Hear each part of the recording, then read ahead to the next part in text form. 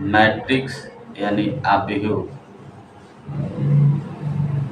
आव्यूह और सारणी, मैट्रिक्स और डिटर्मिनेंट दोनों एक साथ गणित के एक महत्वपूर्ण साधनों में से एक हैं।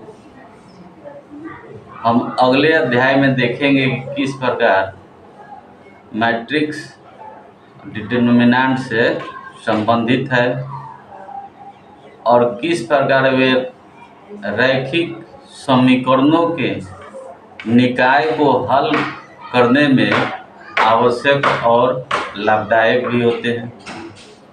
मैट्रिक्स का ज्ञान गणित के दूसरे क्षेत्रों के लिए भी, जैसे प्रायिकता और सांख्यिकी आदि के लिए भी आवश्यक है।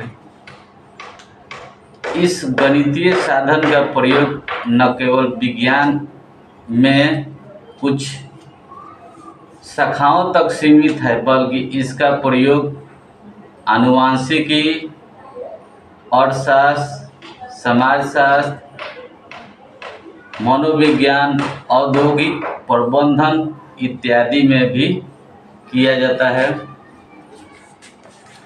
और मैट्रिक्स का जन्मदाता या फादर कहिए माइक टक्कर और रॉबर्ट पेरी हैं।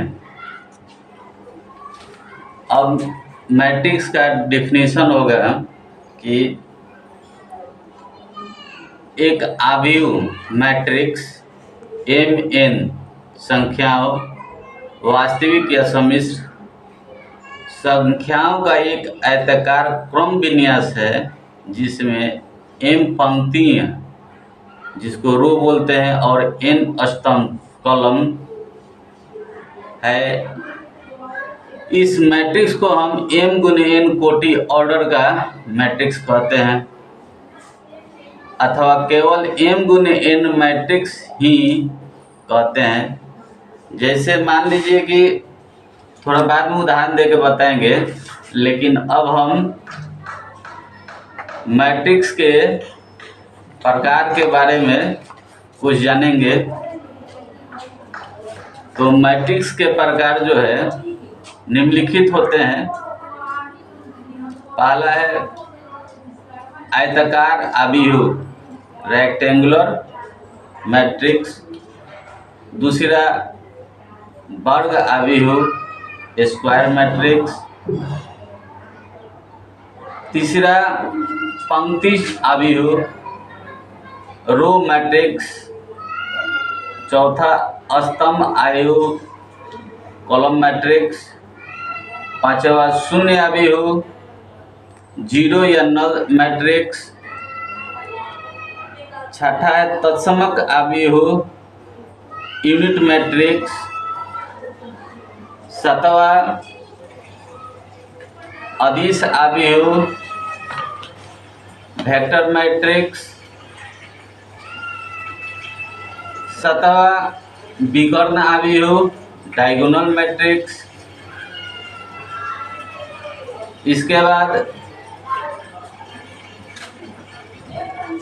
जो होगा, पहले इतना के बारे में हम लोग जानेंगे और समझेंगे कि किस तरह से रो और कॉलम को समझेंगे, और इसमें आई और जे का मान पुट जो करते हैं, तो हम लोग रो जो है उसको हम लोग आई से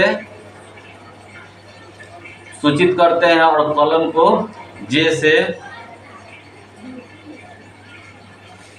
इसके बाद अब हम नेक्स्ट क्वेश्चन की ओर चलते हैं।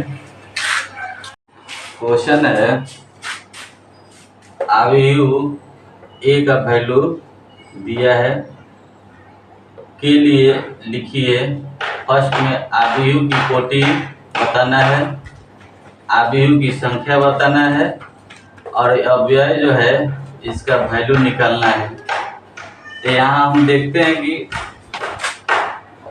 ये जो है ये हम लोग का 2 35√3 ये हम लोग का रो होगा। 2 5 19 और -7 एक कॉलम हुआ, यानी कि रो हो गया 3 और कॉलम 4। तो आव्यूह की कोटि जो है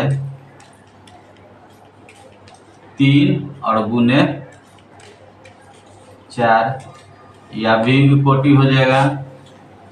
सेकेंड, आव्यूह की संख्या 3 गुने 4 12, ये आंसर हो जाएगा। अब अव्यय ए और 13, ए 13 निकालना है। ए 13 का मान निकालना है, यानी आई का मान 1 और जे का मान 3। तो इसको हम लोग आई जे का मान लिखते हैं, आई जे का मान 11 से लेते हैं। हमको निकालना कितना है 13 का, तो जब ए 11 लेंगे तो ये हम लोग का 12 होगा, 13 होगा और ये 14 होगा। तो ये 13 का मान जो है 19, ये आंसर होगा। फिर ए 21, अब यहाँ पर आई के मान 2 और जे का मान 1।